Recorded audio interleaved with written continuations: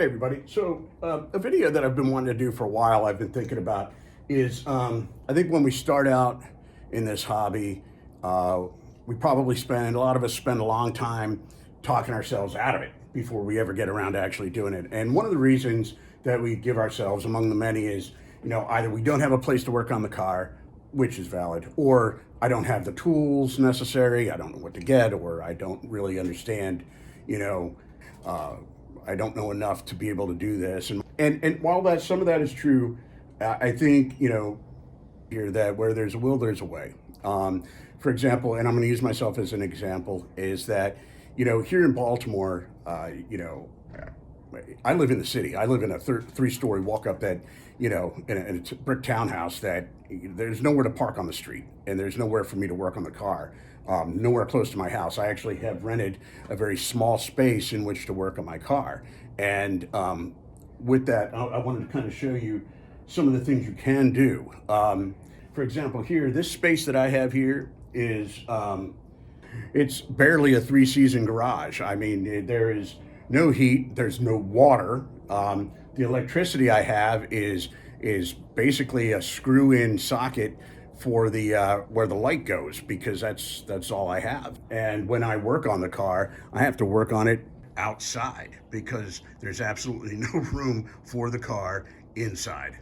I usually have about 6 or 7 inches of clearance on each side of the car when I park it in here, and the rear bumper, it clears the back doors by about 3 or 4 inches. And I'm not kidding. That's all I have in here. So that's why I say it's barely a three-season shop. I can only work on the car when it's fairly nice out. And I've worked on the car when it's down into the low 30s, outside, just because that's if I want to do this, that's how I have to do it. Also, with one of these small spaces, you're in a constant state of organizing and reorganizing and cleaning and everything else, simply for each task. So the tools that I might need for one job, I don't need for another, will get put in a shelf somewhere and not touched until next time. But each task I do, each project I do, requires me to get in there and shuffle things around like it's Tetris or a Rubik's Cube or some other ridiculous nonsense that I was not good at either. So tools, the first 3.5, 4 years that I was working on my car, I did so much work. If you go to the video I did on the Impala update, it'll kind of tell you everything I did with the Impala. And with that set of tools that I had at the time, it was like a homeowner's socket wrench set, a long-handled ratchet. I think I bought a handheld grinder at some point.